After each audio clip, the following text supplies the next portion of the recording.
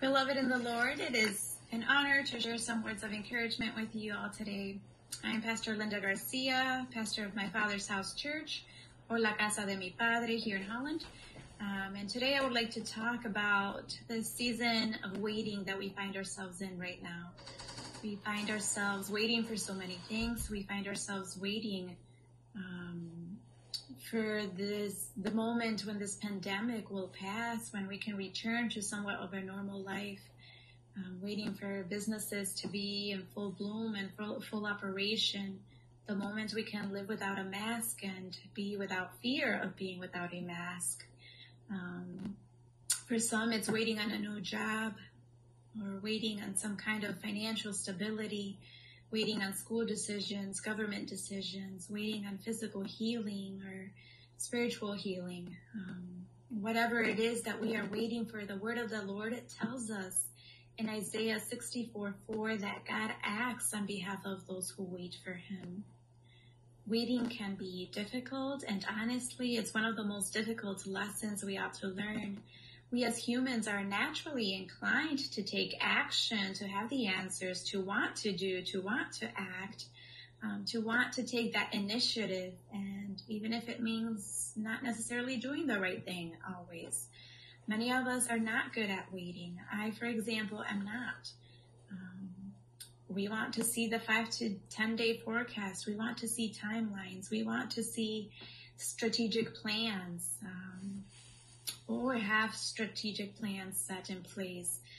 We want to make sure that we have goals and to meet those goals and expectations. And so waiting upon the Lord is not what we have in mind. However, it is crucial that we understand how truly important waiting on him is. If God acts on behalf of those who wait on him, we must trust him to provide it in his time.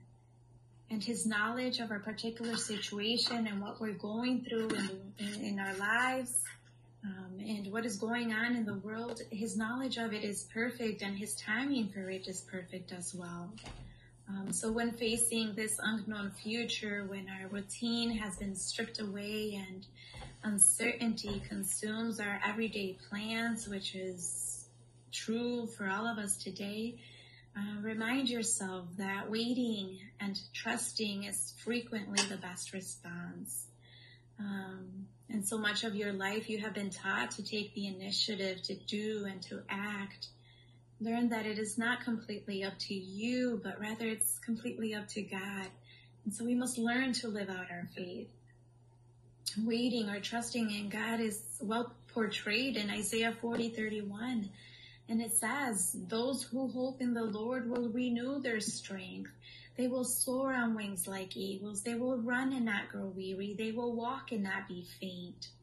So those who wait for the Lord, those who trust in the Lord, and those who put their hope in the Lord, it's all the same intent. And so to wait is to trust and to hope.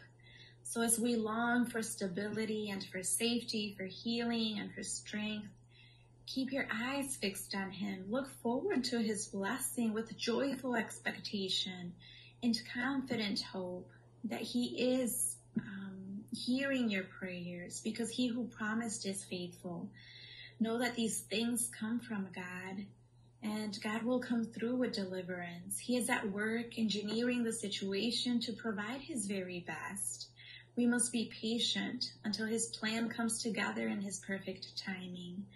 And in the meantime, we could be asking ourselves this question: are we worshiping God with joyful thanksgiving for the here and the now? So ask yourselves that question, and the grace of our Lord Jesus Christ be with you all.